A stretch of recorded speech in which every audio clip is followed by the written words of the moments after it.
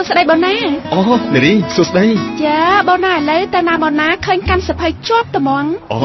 មិនហើយនារីសិភើគឺជាចំណែកមួយនៅក្នុងជីវិតខ្ញុំណាហេតុអីទៅអូព្រោះថាមនុស្សយើងមិនមែនត្រូវការតែអាហារផ្លែកាយប៉ុណ្ណោះទេយើងត្រូវបំពេញអាហារផ្លែចិត្តផងដែរអាហារផ្លែចិត្តយ៉ាងម៉េចទៅគឺអាហារដែលជួយឲ្យចិត្តគំនិតរបស់យើងរឹងមាំឆ្លាតវៃនោះអីហ៎ណានារីឯងយកសិភើនេះទៅអានសិនទៅសៀវភៅរបស់ក្រុមរបស់ពុំម៉ាញ់បុកមែនទេមែនហើយគ្រប់សិភើអានទាំងអស់សុទ្ធតែមានប្រយោជន៍តែម៉ាញ់បុកជាជំរឿនទី1របស់ខ្ញុំ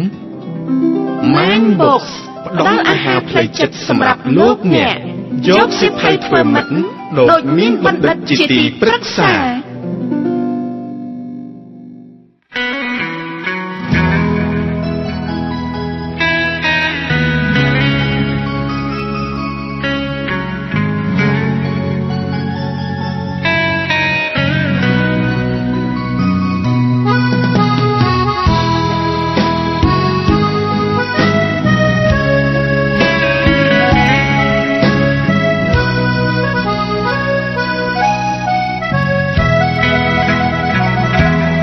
ច័ន្ទពេញវង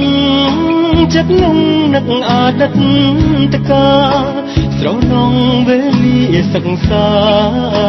កណ្ដាលទីក្រុងឆាឆាយខំប្រឹងតស៊ូស្ដាប់គ្រូកាត់ដល់អ្នកម្ដាយសូមជម្រាបសួរប្រិយមិត្តអ្នកស្ដាប់វិទ្យុ Hami FM 104.5 ជាទីគោរពនិងជាទីមេត្រីចាសសូមស្វាគមន៍មកកាន់កម្មវិធីមេគីបញ្ញាចាសដែលមានផ្សាយជូនជារៀងរាល់ថ្ងៃសៅរ៍និងថ្ងៃអាទិត្យវេលាម៉ោង 12 ដល់ម៉ោង 1 ថ្ងៃត្រង់បាទហើយនីតិយើងនេះផ្ដល់ជូនអស់លោកអ្នកមួយសប្តាហ៍យើងមាន2ថ្ងៃគឺថ្ងៃសៅរ៍ចាប់ពីវេលាម៉ោង 12 ដល់ម៉ោង 1ហើយនៅថ្ងៃអាទិត្យក៏ដូចនោះដែរថ្ងៃនេះកញ្ញាសៃជាចា៎បាទកម្មវិធីរបស់យើងគឺមានប្រធានបទចាតែនៅថ្ងៃនេះគឺយើងមានវត្តមានរបស់លោកកឹមចនាតែដែលលោកគ្រូជានាយកនៃគ្រឹះស្ថានរបស់ពំសិភៅម៉ាញ់បុកចាគាត់នៅចូលរួមមកផ្ដល់ជាអនុសាសន៍ចាក៏ដូចជាការប្រឹក្សាតាក់ទងទៅនឹងប្រធានបទនៅក្នុងកម្មវិធីយើងជារៀងរាល់សប្តាហ៍ផងដែរចាយើងឃើញថា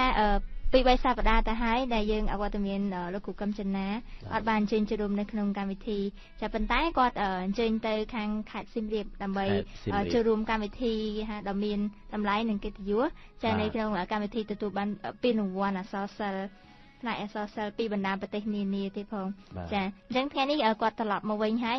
ក៏មានវត្តមាននៅក្នុងបន្ទប់ផ្សាយយើងដែរហើយប្រិយមិត្តអ្នកស្ដាប់យើងដែលគាត់ចង់ធ្វើការសាកសួរនៅព័ត៌មានផ្សេងៗឬក៏ធ្វើការជំរាបសួរតាក់ទងទៅនឹង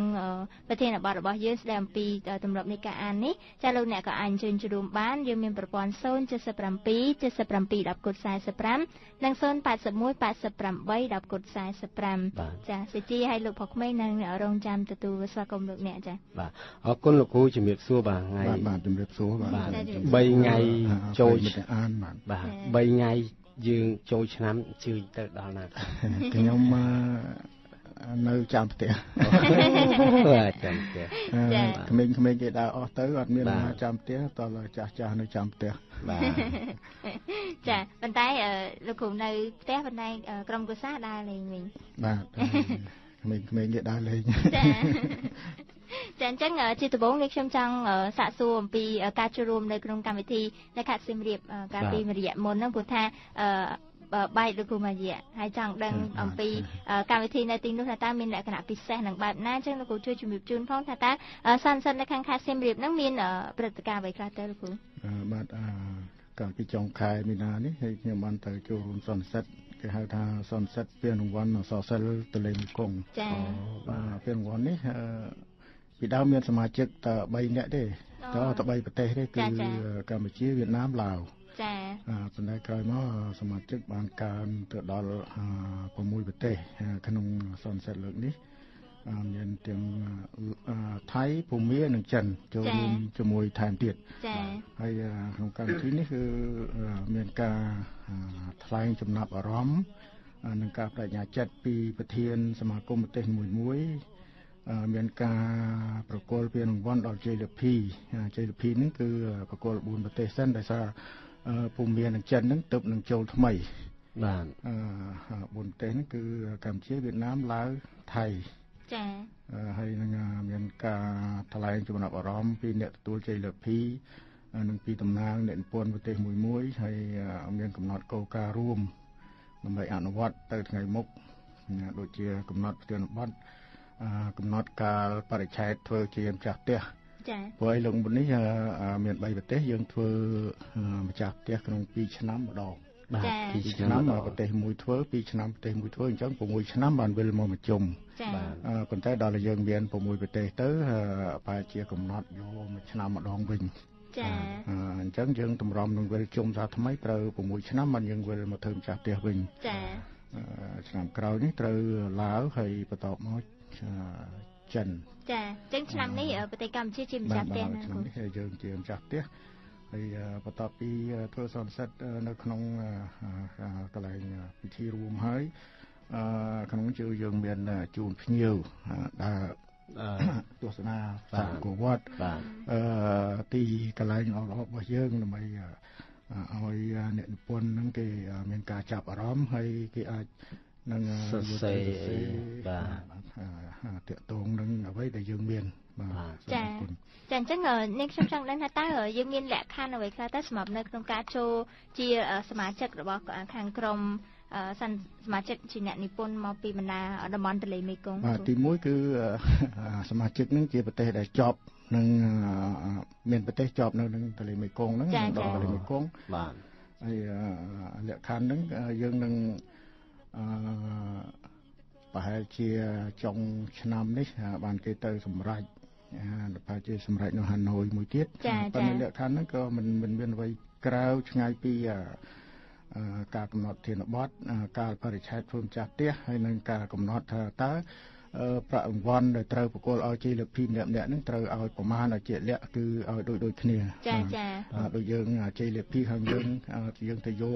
រង្វាន់នៅស្រុកគេឲ្យប្រមាណដល់ពេលគេមកស្រុកយើងត្រូវឲ្យរង្វាន់ប្រាក់រង្វាន់ជ័យលាភីហ្នឹង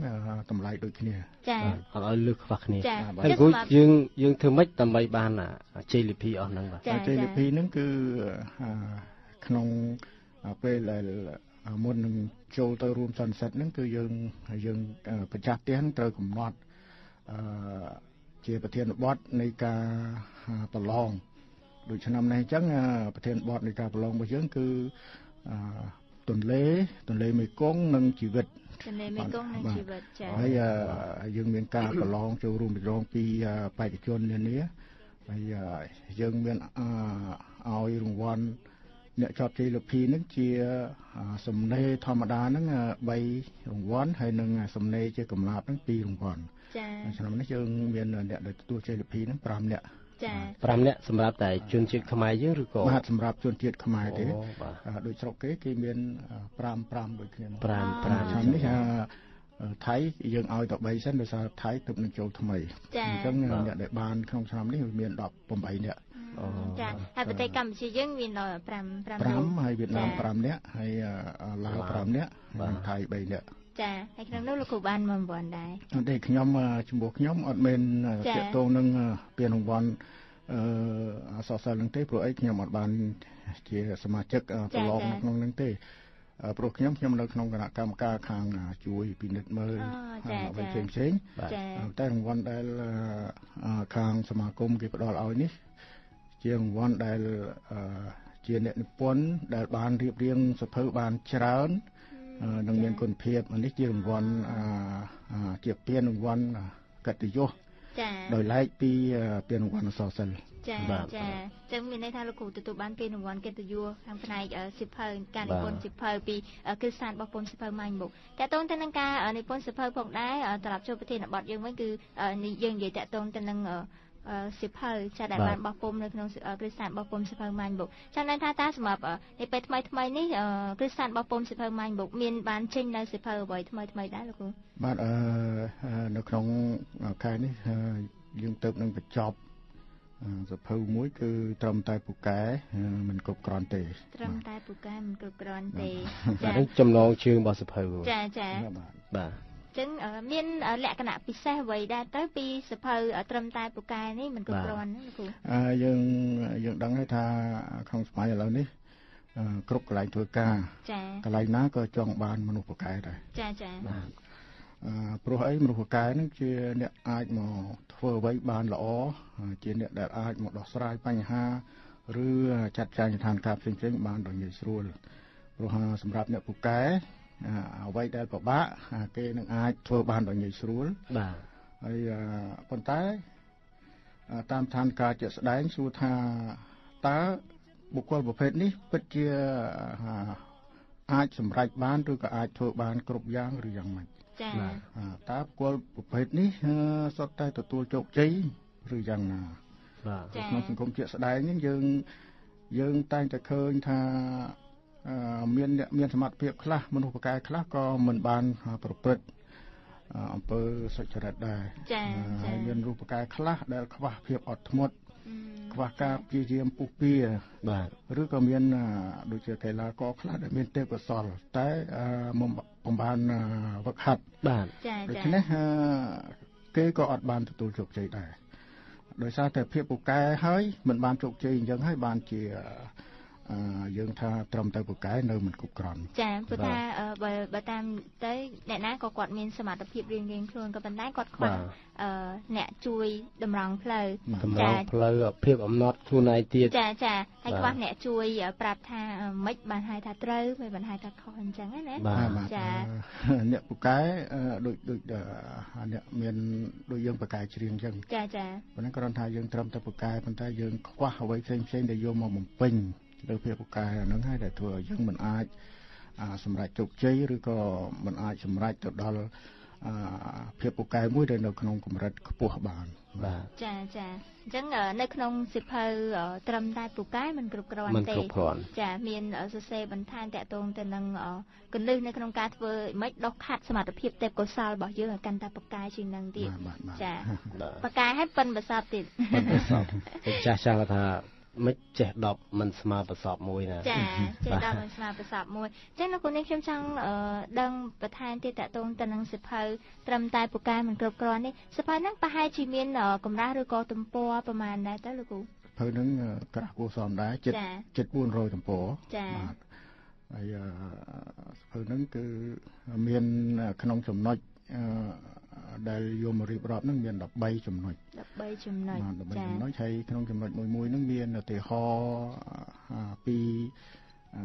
ភាពជោគជ័យឬក៏ការបរាជ័យរបស់មនុស្សពូកែមួយចំនួនដែលខ្វះចំណុចផ្សេងក្នុងបណ្ដាចំណុចទាំង13ហ្នឹងធ្វើឲ្យគេមិនអាចសម្រេចជោគជ័យបានបាទហើយចំណុចទាំង13ហ្នឹងមានអីខ្លះដែរលោកគ្រូបាទចំណុចទាំង3ហ្នឹងខ្ញុំសូមលើកទូទ្រោះគឺភាពជឿជាក់ហើយជំនឿចិត្តការចាប់ផ្ដើមប្រតិបត្តិការមានគោលដៅជាក់លាក់ហើយការត្រៀមខ្លួនឲ្យបានល្អការฝึกហាត់ការមិនចុះញោមសេចក្តីក្លាហានការស្វាស្វែងរៀនសូត្រអត្តចរិតល្អហើយសម្ព័ន្ធភាពការទទួលខុសត្រូវហើយនិងការធ្វើការជាក្រុមចាខ្ញុំសូមលើកឧទាហរណ៍មួយដូចថាភាពជឿជាក់បាទក្នុងសភៅនេះគឺគេបានលើកយកកីឡាករម្នាក់ដែលពូកែហើយមានភាពជឿជាក់ដែលលេងនៅក្នុងពូល B ទេពូល B បានន័យថាជាពូល1ទី2បាទបន្ទាប់ពីពូល A បាទពូល A ហ្នឹងគឺជាពូលដែលខ្លាំងពូល B ហ្នឹងគឺជាពូលដែលខ្សោយល្មមៗទេប៉ុន្តែពេលដែលប្រកួតដាច់ព្រាត់គេយកពូល A និងពូល B ហ្នឹងខ្លាំងហ្នឹងមកប្រកួតគ្នាហើយកីឡាករម្នាក់ហ្នឹងនៅក្នុងពូល B បាទប៉ុន្តែដោយសារគេជាមនុស្សដែលមានជំនឿមុតមមថាគេនឹងឈ្នះដូច្នេះគេអាចបកជាកម្លាំងចលករឲ្យសមាជិករបស់គេម្នាក់ហ្នឹងមានកម្លាំងចិត្តរួមគ្នាបាទហើយគេជួយធ្វើម៉េចឲ្យក្រុមគេដែលជាពូល B ហ្នឹងដែលថាទស្សនិកជនមិននិយមថាពូល B ហ្នឹងឈ្នះទេបាទព្រោះគេគិតថាទី1ពូល B ហ្នឹងមិនដែលជាប់ចំណត់ថ្នាក់លេខ1ម្ដងណាសោះបាទហើយមួយទៀតពូល B ហ្នឹងគឺជាក្រុមដែលថ្មីទៀតថ្មីទឹកនឹងឡើងមកបាទគេមិនជឿថាពូល B នឹងឈ្នះប៉ុន្តែដោយសារតែជំនឿធ្វើឲ្យក្រុមទាំងមូលនឹងមានកម្លាំងអាចយកឈ្នះ លើពូលអានឹងបានហើយដណ្ដើមពានជើងឯកពានរង្វាន់ជើងឯកបានបាទអញ្ចឹងបានយើងឃើញរកការប្រកួតធំអីជាច្រើនទៅធ្វើសន្និសីទកសែតចាហើយគឺសម្ភារកីឡាករមកខាងមិនឥឡូវសង្ឃឹមឈ្នះប្រហែល%ឥឡូវនេះអត់ដែរថា 50% ចាមិនក៏90ទៅ100ដែរចាបាទហ្នឹងគឺថាគេពង្រឹងកម្លាំងនៅក្នុងខ្លួនរបស់គេឲ្យវាខ្លាំងបាទមុនប្រកួតគេមិនអាចបង្ហាញពីភាពចោះចាញ់មុនទេបាទដូច្នេះមុននឹងធ្វើអីក៏ដោយតែកាលណាយើងមានកូនចិត្តមួយថាចាញ់មុនបាទគឺ 100% គឺចាញ់ហើយបាក់ហ្នឹងครับបាទព្រោះអីពេលដែលយើងមានកូនចិត្តថាចាញ់ហ្នឹងក្តីសង្ឃឹមហើយកម្លាំងការខំប្រឹងប្រែងអ្វីរបស់យើងទាំងប្រមាណហ្នឹងវាត្រូវធ្លាក់ចុះមកទៀតទាំងអស់ដូច្នេះវាធ្វើឲ្យធម៌ពលយើងមិនអាចមានគ្រប់គ្រាន់សម្រាប់យកជ័យជំនះបានទេចាតើតើទៅនឹងជំនឿចិត្តហ្នឹងផងដែរនាងខ្ញុំជឿជាក់ថាជំនឿចិត្តហ្នឹងគឺជាកម្លាំងដែលជំរុញឲ្យយើងហ្នឹងជោគជ័យហើយជាពិសេសគឺសម្រាប់ការងារមួយធ្លាប់បានអានសភៅមួយប៉ុន្តែនាងខ្ញុំភ្លេចបាត់ហើយព្រោះចំណងជើង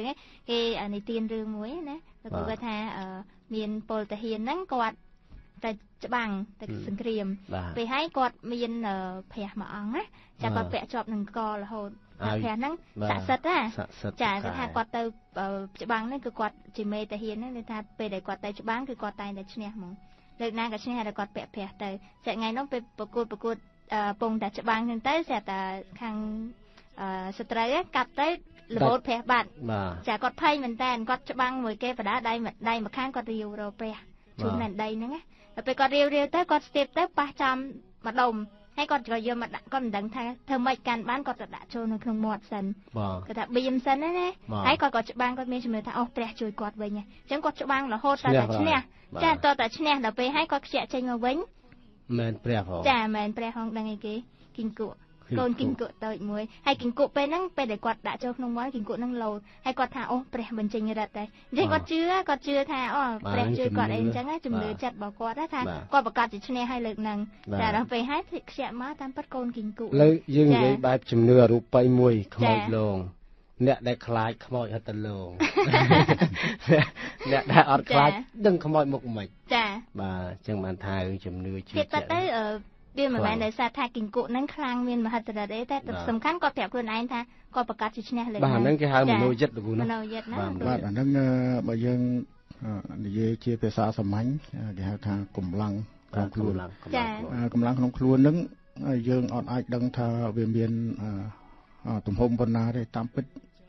វាមានទំហំធំណាស់យើងមិនអាចវាស់ស្មានបានទេបាទខ្ញុំឧទាហរណ៍ដូចមនុស្សម្នាក់និយាយរឿងអីមួយស្រាប់តែខឹងខ្លាំងយើងឃើញលក្ខណៈអាកប្បកិរិយារបស់គាត់មិនដឹងជាកម្លាំងឬធម៌ពលឬអំណាចមកពីណាទេ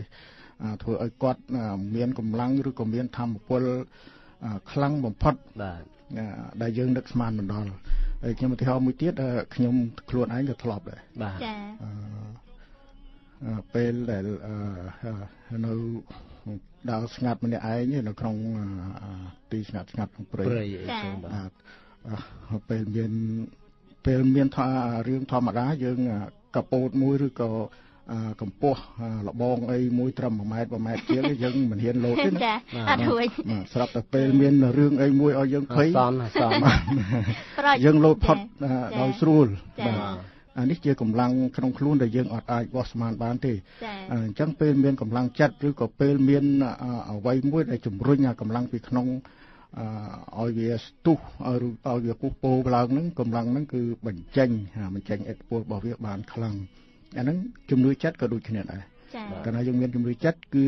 វាបណ្ដាលឲ្យមានកម្លាំងខ្លាំងពីក្នុងមកដែលអាចឲ្យយើងធ្វើកិច្ចការផ្សេងៗបានល្អឬមានប្រសិទ្ធភាពបាទចុះគូចំណុចទី2វិញជំនឿចិត្តខ្លាំងខ្លានោះបាទជំនឿចិត្តនៅក្នុងសភៅនេះគេលើកឧទាហរណ៍ពីជាងកាត់សក់ម្នាក់បាទជាងកាត់សក់ម្នាក់ហ្នឹងគាត់ពីក្មេងគាត់នៅស្រុកតូចមួយដែល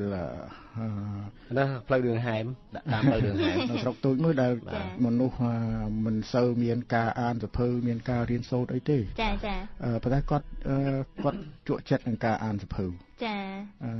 តាំងពីក្មេងហើយអញ្ចឹងគាត់អត់មានសភៅអីអានទេហើយ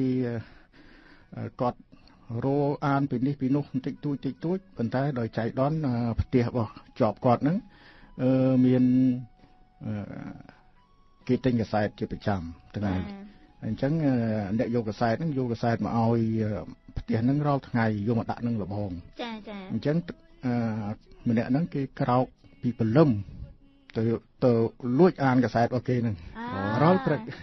ចាមុនម្ចាស់ហើយរៀបដាក់ឲ្យគេវិញចាដល់ថ្ងៃក្រោយមកម្ចាស់គេតាមតន់ក៏គេអត់ថាអីដែរដោយសារគេគិតថាក្មេងហ្នឹងចូលចិត្តអានហើយគ្នាអត់មានធ្វើអីទេគ្នាចង់ថាបានឱកាសអានទៅភៅគេក៏ឲ្យអានតាមស្រួលបាទហើយក្រោយមកទៀតគ្រូដែលដឹងរឿងហ្នឹងក៏ជួយឲ្យក្មេងហ្នឹងមានសភៅអានយ៉ាងច្រើនហើយដល់ថ្ងៃក្រោយមកក្មេងហ្នឹងទៅបើកកន្លែងកាត់សក់ចា៎ហើយពេលទៅបើកកន្លែងកាត់សក់ហ្នឹងក្នុងស្រុកគេហ្នឹងអត់សូវមានមនុស្សអានទេបាទគេក៏យកសភៅប្រមាណក្បាលហ្នឹងមកដាក់កន្លែងកាត់សក់ដើម្បីឲ្យមនុស្សបានអានចា៎ហើយដល់យូរទៅទៀតអ្នកដែលមកខ្ចីសភៅពីកន្លែងកាត់សក់ទៅហ្នឹងចេះតែអត់យកមកវិញតែដាច់មកហើយអញ្ចឹងមិនដឹងធ្វើម៉េចទេឈប់ឲ្យខ្ចីអញ្ចឹងលក់វិញចាបាទគេក៏រោសភៅ4-10មុខយកមកដាក់លក់ចាមកដាក់លក់អ្នកឯងយកទៅណាយកទៅឲ្យលើហើយបាទចាអញ្ចឹងកិច្ចការដែលគេធ្វើហ្នឹងគឺកន្លែងកាត់សក់វិញប៉ុន្តែคล้ายជាកន្លែងលក់សភៅបានបាទដូច្នេះ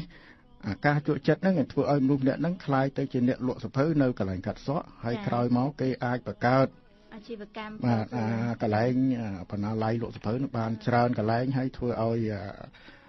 សង្គមនឹងទទួលស្គាល់ហើយនឹងផ្ដល់កិត្តិយសដល់គេថាជាបណ្ឌិតកិត្តិយសម្នាក់ដែលជួយជំរុញផ្នែកការអាននឹងដល់សង្គមរហូតដល់គេអាចលក់សភៅបានរាប់លានក្បាលនៅថ្ងៃក្រោយទៀតចាទាំងនេះគឺជាសិស្សតែជាចំណុចដែលគេថាប្រើជាបទពិសោធន៍ជីវិតតកតងទៅនឹងថាភាពពូកែចាំមិនត្រឹមតែមកមុខហ្នឹងមិនគ្រប់គ្រាន់ទេគឺវាអាស្រ័យទៅលើកត្តាផ្សេងទៀតជាច្រើនអញ្ចឹងលោកអ្នកអាចរកទិញនៅសភៅត្រឹមតែពូកែមិនគ្រប់គ្រាន់ទេបាទនៅមិនទាន់ចេញទេសភៅនេះបាទទឹកនឹងរៀបចំចូលពុំប្រហែលជាពាក្យកណ្ដាលខែ5ចាឆាប់នេះហើយចាអញ្ចឹងបើសិនមកប្រិមត្តស្ដាប់យើងគាត់ចង់អាននៅសភៅផ្សេងទៀតពីគ្រឹះសាស្ត្ររបស់ពុំសភៅម៉ាញ់បុកលោកអ្នកអាចចូលទៅគេហទំព័ររបស់ម៉ាញ់បុកគឺ www.mindbook.com.ke ឬក៏លោកអ្នកអាចទៅកាន់បណ្ណាគារទូទាំងប្រទេសកម្ពុជាតែម្ដងគឺយើងមានសភៅច្រើនតាក់ទងទៅនឹងដូចជាភៅប្រវត្តិសាស្ត្រក៏យើងមានការស្វែងតាក់ទងទៅនឹងចិត្តសាស្ត្រអប់រំក៏មានចាតកតងបឡោមលោកឬក៏អីក៏មានយ៉ាងមានច្រើនតែបាទចាអរគុណឥឡូវនេះដើម្បីយើងផ្លាស់ប្ដូរបរិយាកាសបន្តិចបន្ធូរអារម្មណ៍មិត្តអ្នកស្ដាប់យើងសូមបន្ថែមអារម្មណ៍នៅចម្រៀងមួយបទពីកម្មវិធីរបស់យើងបាទ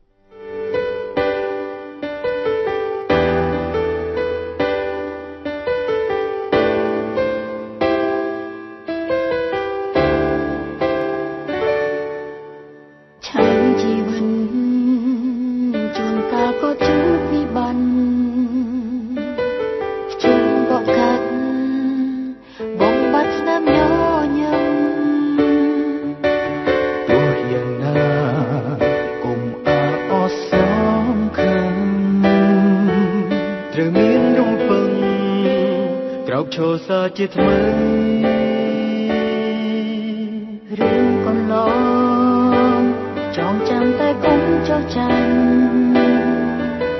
ក្តីស្រឡាញ់ដែលមានពេញផែនដីផ្លូវដើរឆ្ងាយសុខអ្នកកុំគិតខ្លីហើយកុំផិតភ័យໄວៗនឹងប្រែជាល្អឈប់យំទៅអ្នកនៅមានយើងត្រូវខំប្រឹងខ្លាចយ៉ាងនេះក្បែរអ្នកត្រូវជឿចាំលើទឹកចិត្តមកស្នងគ្មានរឿងអ្វីដោះស្រាយមិនបានឲ្យតែខ្លាចហ៊ានរងបន្តចងចាំថារូបអ្នកមិនអាយកាលា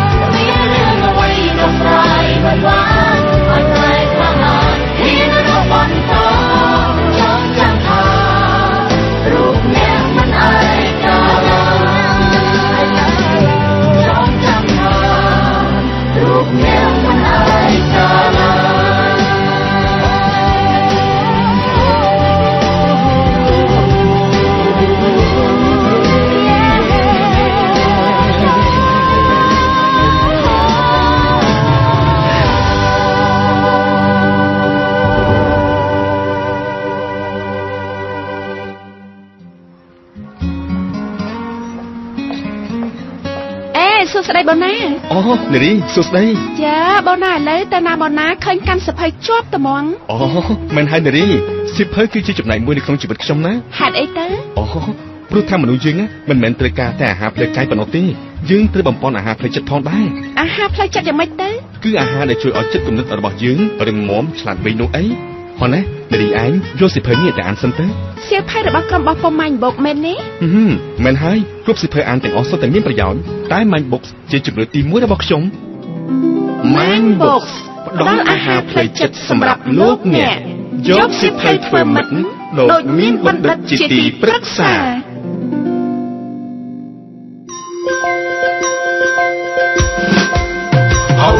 FM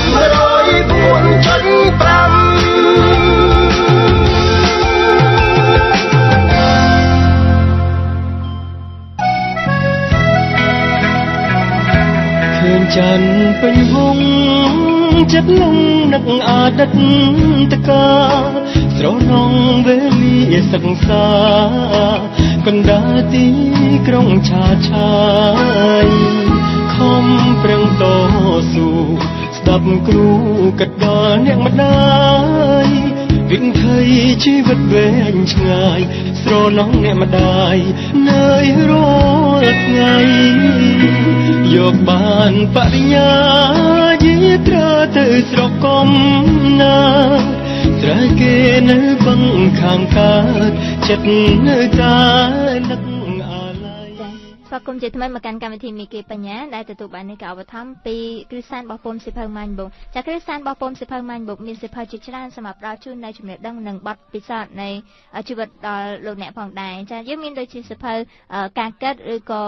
សិភៅមួយទៀតគឺវិធីសាស្ត្រចំនួន199ដើម្បីជៀសវាងស្ថានភាពធ្វើឲ្យខាតពេលវេលាចាហើយក៏ដូចជាសិភៅនិទានប្រាជ្ញាសិភៅចិត្តសាស្ត្រគតិរួមលោកឬក៏សិភៅ100វិធីដើម្បីបំផុសនៃសក្តានុពលមនុស្សនិងសិភៅជាច្រើនទៀតសម្រាប់លោកអ្នកដើម្បីផ្ដល់ជូននៅចំណេះដឹងផងដែរអាចតាក់ទងបានតាមលេខទូរស័ព្ទ016 98 88 37 ឬក៏ចូលទៅកាន់គេហទំព័រគឺ www.mindbooks.com.kh ចាឬក៏ facebook.com/mindbooks បាទឥឡូវនេះពេលវេលាយើងរំកិលបន្តិចទៀតហើយដូច្នេះកុំឲ្យខាតពេលតនលោកគ្រូគាត់នៅក្នុងបន្ទប់ផ្សាយសូមលោកគ្រូជួយលំអិតបន្តិចមកតាក់ទងនឹងគោលការណ៍ទី4របស់យើងបាទតើការមានគោលដៅជាក់លាក់នោះយ៉ាងម៉េចលោកគ្រូបាទចំណុចនេះខ្ញុំជឿថាប្រិយមិត្តអ្នកអានសុទ្ធតែដឹងគ្រប់គ្នាហើយថាមនុស្សយើងចាមានប្រវត្តិដើរទៅណាដោយមិនមានគោលដៅយើងក៏មិនអាចទៅដល់ទីណាដែរចាមិនដឹងទៅណាបាទដូច្នេះនៅក្នុងនេះខ្ញុំសូមលើកឧទាហរណ៍អំពីការមានគោលដៅជាលក្ខនេះនៅក្នុងសិភៅត្រឹមតែពូកែមិនគ្រប់គ្រាន់ហ្នឹងមានឧទាហរណ៍មួយអំពីការមានគោលដៅជាលក្ខបាទឧទាហរណ៍ហ្នឹងគឺគាត់និយាយពីអ្នកពួនហ្នឹងគាត់ទៅប្រទេសមេស៊ីកូបាទទៅប្រទេសមេស៊ីកូហ្នឹងមានស្រុកមួយហ្នឹងកន្លែងគេបាញ់អលក់បាទទៅដល់តំបន់គេព្រៃហ្នឹងគាត់ពេលគាត់ទៅដល់ហ្នឹងគេនាំទៅដល់ព្រៃបាញ់អលក់ហ្នឹងនាំទៅដល់ព្រៃបាញ់អលក់និយាយថាពីអលក់នៅលើមេឃឲ្យពេញមេឃបាទពេញមេឃហើយគាត់ក៏លើកដៃបាញ់គិតទៅពីបាញ់យ៉ាងប្រហែលជាមកសទុះអត់ត្រូវអាលោកអត់ឃើញបានទេសោះបាទចាអរគុណហើយឥឡូវនេះមានប្រិមិត្តយើងគាត់ចូលរួមអូនស្រីចម្រើនចាគាត់ថាគាត់អ្នកជួយចិត្តអានសភៅដល់ពីបានជួបលោកគ្រូអញ្ចឹងគាត់ចង់សួរច្រើនណាស់អញ្ចឹងផ្ដល់នាទីនេះជូនទៅបងអូនស្រីបាទឥឡូវជំរាបសួរអូនបងជំរាបសួរចាជំរាបសួរចាចម្រើនទូរស័ព្ទពីខាងណាមកវិញខ្ញុំខកពីព្រៃវែងទៅចាពីព្រៃវែងចាចម្រើនមានសំណួរអីចង់សួរមកកាន់លោកគ្រូកឹមចនាសូមអញ្ជើញបាទពេលលោកគ្រូខ្ញុំចង់សួរគ្រូថា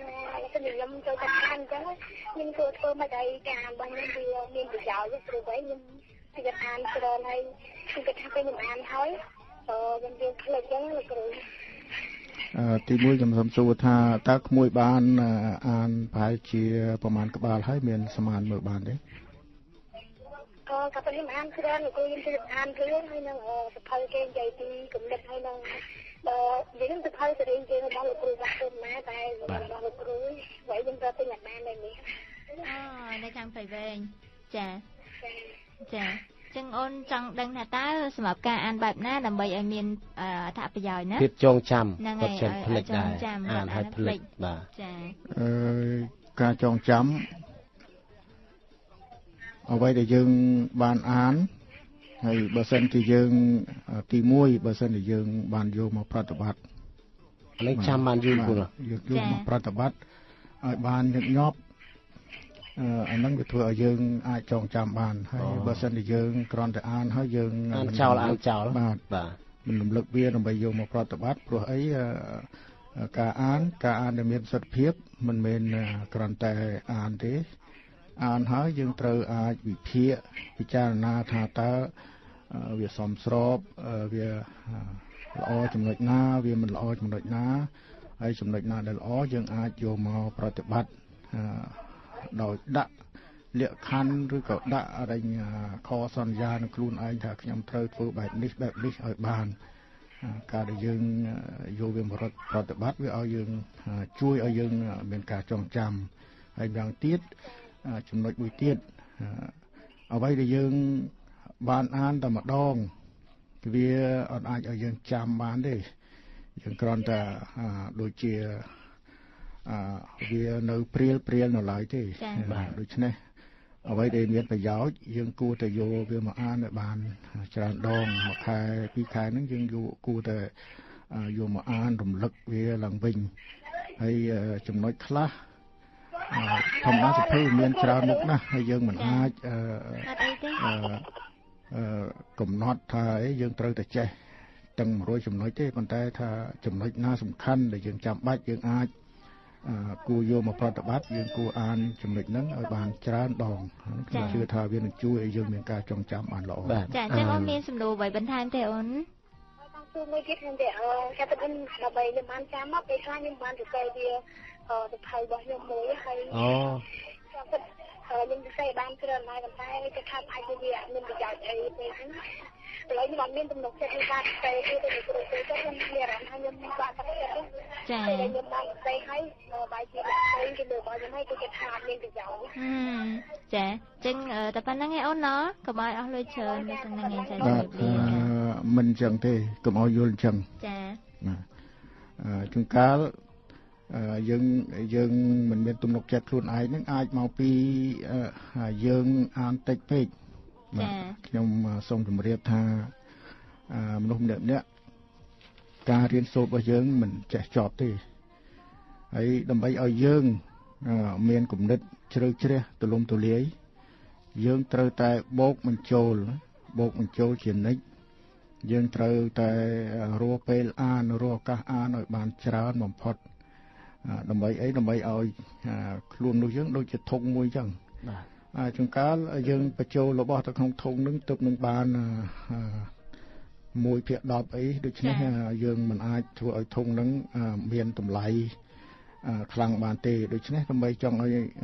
យើងអាចទៅសេសភៅបានល្អអាចមានគំនិតបានល្អតលតែយើងជាយាមរកទិន្នន័យរកចំណេះដឹងបញ្ចូលក្នុងធុងនឹងឲ្យច្រើនបំផុតសិនការដែលយើងមិនមានអ្វីមិនតាន់មានអ្វីឲ្យច្រើននៅឡើយហើយយើងបច្ចេកសមត្ថភាពរបស់យើងខ្ញុំជឿថា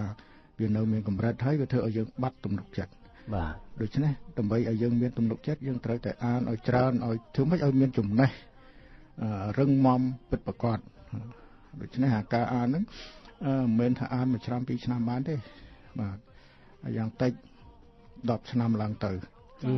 បាទដើម្បីឲ្យយើងមានភាពរឹងមាំហើយយើងគួរតែអានក្នុងមួយឆ្នាំហ្នឹងឲ្យលើសពីធម្មតាដោយប្រទេសសិង្ហបុរីហ្នឹងគេអាន50ទៅ60ក្បាលក្នុងមួយឆ្នាំហើយក្នុងមួយខែគេអាចអាន4ទៅ5ក្បាលបាត់ហើយដូច្នេះខ្ញុំជឿថានៅកម្ពុជាយើងប្រជាជនយើងបើអានមួយខែមួយក្បាលហ្នឹងសឹងថាច្រើនពេកផងដូច្នេះបើយើងប្រៀបធៀបនឹងគេយើងនៅតិចណាស់ នេះយើងគួរតែបង្កើនចំនួនការអានរបស់យើងឲ្យច្រើនដើម្បីឲ្យយើងមានលំនឹងដើម្បីឲ្យធុងយើងមានទំហំផ្ទុកបាននៅទិន្នន័យច្រើនចាហើយមួយវិញទៀតតកតងទៅនឹងយើងប៉ះសិនបើយើងដាក់ចិត្តបើយើងទៅស្ដាប់នៅគំនិតយោបល់របស់អ្នកដទៃច្រើនពេកហ្នឹងគឺយើងអាចទៅឲ្យបានឧទាហរណ៍ដូចជារឿងជិះលាអញ្ចឹងមនុស្ស2នាក់ហ្នឹងគាត់ប្តីប្រពន្ធហ្នឹងគាត់មានលាជិះដំបូងគាត់ជិះទាំង2នាក់ថាគាត់ខុសហើយមិនគួរណាជិះលាទាំង2នាក់អញ្ចឹងទេតែពេលគាត់អត់ជិះលាគាត់ចោះទាំងពីរគេថាល្ងងម៉េះមានលាក៏មិនជិះតែពេលគាត់ឲ្យប្រពន្ធគាត់ជិះគេថាប្តីហ្នឹងមិនឲ្យប្រពន្ធជិះខ្លួនឯងអ្នកធ្វើការខ្លួនឯងត្រូវជិះដល់ប្រពន្ធចោះវិញប្តីជិះថាប្តីហ្នឹងអត់ចេះគោរពប្រពន្ធសោះមិនយំជិះហ្នឹងបើយើងស្ដាប់តែគំនិតរបស់គេគឺយើងអត់មានអីមួយដែលជាភាពជាខ្លួនឯងណាសំខាន់តែយើងគិតថាអ្វីដែលយើងធ្វើហ្នឹងត្រូវហើយអូនតែដឹងថាការដែលយើងរៀនហើយការដែលយើងសរសេរកត់ទុកហ្នឹងវាមិនអាចថាមកភ្លាមយើងឃើញលទ្ធផលភ្លាមទេប៉ុន្តែយ៉ាងណាក៏យើងប្រសើរជាងថ្ងៃម្សិលមិញប្រសើរជាងដែលយើងអត់បានធ្វើដែរបាទខ្ញុំក៏ធ្លាប់កត់ទុកដែរហើយខ្ញុំមានធ្វើឲ្យខ្ញុំកត់ទុកច្រើនណាបាទចាពេលដែលខ្ញុំយូរទៅខ្ញុំយកសភៅទាំងអស់ហ្នឹងមកអានរំលឹកឡើងវិញទៅខ្ញុំសើរើគំនិតដែលខ្ញុំធ្លាប់បានរៀនហ្នឹងអាចសើរើគំនិតអស់ហ្នឹងបានមកវិញទោះបីថាយើងសរសេរហើយយើងមិនអាចយកទៅបោះពុម្ពឯណាមែនប៉ុន្តែយើងអាចយកមករំលឹកខ្លួនឯងសារជាថ្មីដើម្បីឲ្យយើងអ្វីដែលយើងធ្លាប់ដឹងថាល្អហ្នឹងវានៅតែអ្នកជាប់នៅក្នុងខួរក្បាលយើងអញ្ចឹងបាទចាហើយជាពិសេសសម្រាប់ការកត់ហ្នឹងគឺធ្វើឲ្យខ្លួនយើងហ្នឹងចាំបានច្រើនជាងដែលយើងគ្រាន់តែអានទៀតចាព្រោះអីការកត់ល្អបំផុតចាដូចខ្ញុំអញ្ចឹងពេលដែលខ្ញុំនឹកឃើញគំនិតអីមួយខ្ញុំមិនអាចនៅស្ងៀមបានទេខ្ញុំត្រូវកត់ទុកគាត់ទុកដាក់ភ្លេចជាបាទរួចទៅខ្ញុំច្រឡងចូលក្នុងសភៅធំដើម្បីយើងអាចយកគំនិតហ្នឹងរំលឹកគំនិតហ្នឹងមកប្រើវិញបានហើយបើយើងចាំប្រើគូក្បាលយើងឲ្យចាំទាំងអស់ដូចគាត់គឺអត់បានទេដូច្នេះការកត់ហ្នឹងមានសារៈសំខាន់ណាស់ក្នុងការកត់ត្រាឬក៏ចងចាំស្អីមួយគឺត្រូវតែកត់ទុកនឹងគ្រូតេតើនឹងបរោះដែលបាញ់អាលោកមិញចាដល់ណាបាទអញលោកគាត់បាញ់អត់ត្រូវមកវងអាលោកពេញមេឃបាទគាត់បាញ់បានប្រហែលក្បាលហើយដល់ពេលថ្ងៃត្រង់គាត់ទៅបាយហើយអ្នកជើងចាស់បាញ់អាលោកនៅក្នុងស្រុកហ្នឹងគេមកជួបចាគេមកជួបហើយគេសួរថាមើលប្អូនបាញ់បានប្រហែលហើយអ្នកដែលឆ្លើយមិនចង់ហ៊ានឆ្លើយទេបាន3មកគេអាលោកពេញនេះហើយអញ្ចឹងអ្នកជើងចាស់ដែលគេអ្នកស្រុកហ្នឹងគេសួរថាហេមិនអន់ទេចាគាត់សា3មិនអន់ទេចាបាទព្រោះអីខ្ញុំអ្នកស្រុកនេះគឺខ្ញុំប្រហែលជា1ម៉ោងអញ្ចឹងខ្ញុំបាញ់មួយព្រឹកអីចឹងខ្ញុំបាញ់ប្រហែលជាបាន 4-500 ដែរប៉ុន្តែបងប្អូនឯងបាញ់បាន300ហ្នឹងគឺមិនអន់ទេហើយមកឲ្យម្ចាស់ខ្លួនហ្នឹងសឹងតែមិនហ៊ានឆ្លើយដល់គេថាបាញ់បាន300មិនអន់ទេបានគាត់បញ្ជាក់គេម្ដងទៀតថាមិនមែន300ទេតែ3ឲ្យលោក3ឲ្យគុណ3 1 2 3ណាមិនមែន3ហ្នឹងក្នុងន័យតែ300ទេចាហើយបានអ្នកបាញ់ជើងចាស់គេថាងាប់បាទចាបើត្រឹមតែ3ហ្នឹងខ្ញុំបាញ់មិនភ្នែកគ្រាន់តែលើកកំភ្លើងបាញ់ហ្នឹងក៏បានដែរ3ហ្នឹងហើយបងអូនឯងបាញ់មកព្រឹកបាន3ចឹងងាប់ហើយអាហ្នឹងដូចជាអន់បំផុតហើយអានេះខ្ញុំគ្រាន់តែលើកទីហោថាការបាញ់ដោយឃើញពេលឃើញអាលក់ច្រើនពេកបាញ់មិនដឹងថាបាញ់អាមួយណាឲ្យពិតប្រាកដចាចាអត់មានគោលអត់មានគោលដែរបាញ់ទៅវាអត់ត្រូវទាំងអស់បានអ្នកដែលនាំផ្លូវគេថាលោកឯងមិនបាច់តម្រង់ច្រើនពេកទេបាទតម្រង់អាណាមួយតម្រង់អានឹងហ្មងចាបាទអានឹងបានបាញ់ដូច្នេះការមានគោលដៅជាលក្ខគឺអញ្ចឹងគឺយើងត្រូវធ្វើម៉េចតម្រង់គោលដៅទៅកន្លែងណាមួយវាធ្វើឲ្យយើងមានការបោះជំហានមានភាពមុតមមនៅក្នុងចិត្តដើម្បីតម្រង់ទៅរកកន្លែងណាមួយជាលក្ខហើយបើយើងមិនមានគោលដៅទេយើងក៏មិនដឹងថាយើងត្រូវទៅដល់ណាដែរនេះហើយជាចំណុចមួយដែលថាពេលដែលយើងប្រកែមកថា យើងប្រកែជាអ្នកចម្រៀងហើយបើយើងមិនគិតថាយើងនឹងតម្រង់ខ្លួនយើងឲ្យទៅជាអ្នកចម្រៀងឯកឬអ្នកចម្រៀងដ៏ល្បីបំផុតដូច្នេះយើងក៏មិនអាចក្លាយទៅជាអ្នកចម្រៀងល្បីបំផុតបានដែរបាទចាអញ្ចឹងក្រៅពីគោលដៅជាក់លាក់ដែលយើងមានហើយតើយើងមានចំណុចអីផ្សេងទៀតទេលោកគ្រូដើម្បីឲ្យបាទដូចជាការត្រៀមខ្លួនដូចជាការត្រៀមខ្លួនធម្មតាទេយើងសប្តាហ៍ថ្ងៃដែលយើងអានសភៅដែលយើងទៅរៀនសប្តាហ៍ថ្ងៃហ្នឹងគឺជាការត្រៀមមួយហើយចាព្រោះយើងត្រៀមដើម្បីយើងយកចំណេះដឹងយកអ្វីផ្សេងសមត្ថភាពផ្សេងទៅប្រតិបត្តិយកទៅប្រើឲ្យមានប្រយោជន៍នៅក្នុងជីវិតនោះជាការត្រៀមខ្លួនដែលយើងដូចបងប្អូនយើងអញ្ចឹងគឺការរៀនសូត្រការសិក្សាហ្នឹងហើយការធ្វើអ្វីផ្សេងដើម្បីត្រៀមលក្ខណៈទៅធ្វើការហ្នឹងគឺជាការត្រៀមខ្លួនហើយបន្តទៀតដូចជាការฝึกហាត់បាទការฝึกហាត់ក៏អញ្ចឹងដែរព្រោះបើយើងគិតតែខ្លួនប្រកែតែយើងមិនបានฝึกហាត់ឲ្យមានភាពប៉ិនប្រសប់លើផ្នែកណាមួយឲ្យជាក់លាក់យើងក៏មិនអាចខ្លាយទៅជាមនុស្សប្រកែក្នុងកម្រិតខ្ពស់បានដែរសូម្បីតែអ្នកចម្រៀងដែលថាយើងប្រកែមែនប៉ុន្តែបើយើងមិនបានទៅហាត់ច្រៀងមិនបានទៅហាត់លាក់សំឡេងមិនបានទៅហាត់ស្វែងយល់ឬក៏មិនបានហាត់ច្រៀងឲ្យបានច្រើនឲ្យយល់ពីជំរឿនៃលក្ខណៈនៃការច្រៀងនឹងឲ្យពិតប្រាកដយើងក៏កម្រឬក៏ពិបាកនឹងឈានទៅដល់ជាមនុស្សដែលប្រកែក្នុងកម្រិតខ្ពស់បានដែរចាអរគុណច្រើនហើយ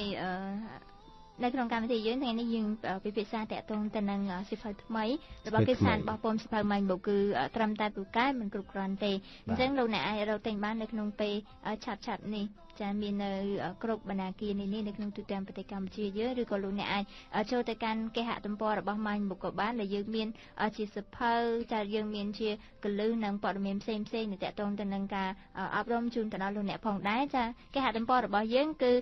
www.mindbooks.com.ke ចាឬក៏អាចចូលទៅកាន់ Facebook គឺ facebook.com/mindbooks ចាលោកគ្រូលើកឡើងតាក់ទងការហ្វឹកហាត់ពេលខ្លះយើងទៅហ្វឹកហាត់ដល់ត្រង់នឿយពេកដូចចង់រាថយជិលដែរអាហ្នឹងតាក់ទងនឹងការមិនចុះញោមបាទនៅក្នុងគោលការណ៍ដែលសម្រាប់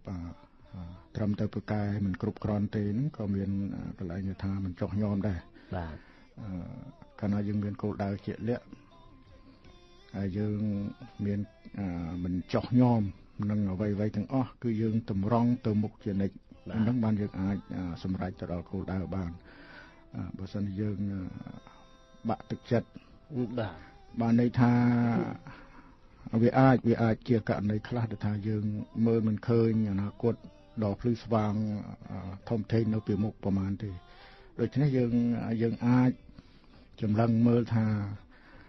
អ្វីដែលយើងធ្វើហ្នឹងវានឹងទទួលផលល្អកម្រិតណាយើងត្រូវយល់ពីអាហ្នឹងដើម្បីលើកកម្លាំងចិត្តយើងឡើងវិញហើយយ៉ាងទៀតមានចំណុចខ្លះទៀតនៅក្នុងគោលការណ៍ទាំងនេះដូចជាការស្វះស្វែងរៀនសូត្រចា៎បាទអាហ្នឹងក៏ជួយលើកកម្ពស់ភាពពូកែរបស់យើងនឹងឲ្យកាន់តែមុតស្រួចផងដែរព្រោះយើងដឹងហើយថាអ្វីក៏ដោយអត់មានទីបញ្ចប់ទេ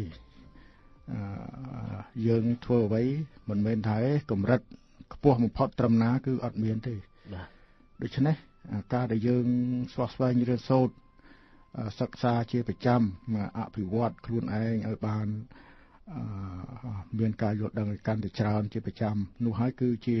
ចំណុចសំខាន់នៃជីវិតរបស់យើងដែលយើងត្រូវយកមកអនុវត្តជារៀងរាល់ថ្ងៃគឺយើងត្រូវតែរៀនសូត្រពេញមួយជីវិតដូច្នេះភាពពូកែក៏អញ្ចឹងដែរបើសិនតែយើងគិតថាយើងពូកែប៉ុណ្ណឹងបានហើយយើងមិនរៀនសូត្រថែមទេនឹងមានអ្នកថ្មីមកជំនួសយើងភ្លាមបាទដូច្នេះយើងត្រូវតែរៀនសូត្រត្រូវតែស្វែងយល់ជានិច្ចអាហ្នឹងហៅថាមិនចុះញោមបាទពេលខ្លះទៅគិតថាខ្លួនឯងវាវ័យចាស់ហើយឲ្យលោកក្រោយគេម្ដងអាហ្នឹងក៏ពិបាកដែរបាទចំណុចមួយទៀតដែលខ្ញុំចង់និយាយប្រាប់គឺការធ្វើការជា team work ធ្វើការជាក្រុមបាទមនុស្សដែលអាចនឹងឡើងដល់កម្រិតខ្ពស់បំផុតក៏មិនអាចមិនធ្វើការជាក្រុមមិនអាច ធ្វើការតែម្នាក់ឯងបានទេដើម្បីយើងអាចសម្រេចកិច្ចការអីធំៗបានយើងត្រូវតែចេះធ្វើការជាក្រុម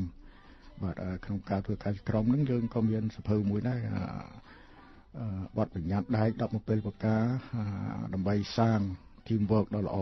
ហ្នឹងជួយជាគន្លឹះក្នុងការឲ្យយើងយល់ពីវិធីធ្វើការជាក្រុមបានល្អបាទចាអរគុណច្រើនហើយពេលវេលានៅក្នុងកម្មវិធីយើងក៏បានឈានចូលដល់បញ្ចប់ដល់ទីបញ្ចប់ចាលឿនមែនតើចាអញ្ចឹងនេះថាតើលោកគ្រូជួយផ្ដល់ជូននៅការសន្និដ្ឋាន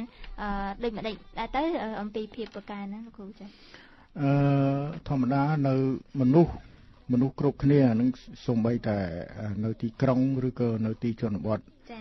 សុទ្ធតែមានមនុស្សប្រកែចាបាទមិនមែនថាមានតែអ្នកក្រុងជាមនុស្សប្រកែទេនៅទីណាក៏មានមនុស្សប្រកែដែរដរាបណានៅតែមានមនុស្សនៅលើโลกដរាបនោះនៅតែមានមនុស្សប្រកែដូចគ្នាចាគ្រាន់តែថាតើអ្នកប្រកែហ្នឹងបានសម្រេចចិត្តអភិវឌ្ឍភាពប្រកែរបស់ខ្លួនឬមិនបានការដែលយើងពូកែហើយតើយើងសម្រេចចិត្តថានឹងសាងភាពពូកែនឹងឲ្យវាអស្ចារ្យឲ្យវាឡើងទៅរកកម្រិតខ្ពស់ឬមិនព្រមហើយកន្លែងហ្នឹងហើយដែលយើងដែលធ្វើឲ្យមនុស្សពូកែជោគជ័យនិងមិនជោគជ័យនឹងមានភាពខុសគ្នាគឺនៅត្រង់តើគេអភិវឌ្ឍភាពពូកែរបស់ខ្លួនឬមិនអភិវឌ្ឍនោះឯងចាអរគុណចាអញ្ចឹងអរគុណច្រើនចំពោះវត្តមានរបស់លោកគ្រូកឹមចនាដែលលោកគ្រូជាអ្នកចានិពន្ធនៅខាងគ្រឹះសាស្ត្ររបស់ពុំសិភៅម៉ាញ់បុកចាហើយនៅក្នុងថ្ងៃសៅរ៍និងថ្ងៃអាទិត្យចុងសប្តាហ៍ក្រោយចាយើងនឹងជួបលោកគ្រូភាសាទៀតចាហើយមានតែអរគុណច្រើនចំពោះវត្តមានរបស់លោកគ្រូហើយឬអរគុណទៅដល់ប្រិយមិត្តអ្នកស្ដាប់យើងដែលបានតាមដានស្ដាប់កម្មវិធីតាំងពីដើមរហូតដល់ចប់ហើយជូនពរដល់ការបបោប្រកបដោយសុវត្ថិភាពចាបាទពេលនេះខ្ញុំបាទប្រុសក្មេងនេះខ្ញុំសេជាសូមអរគុណសូមជម្រាបលា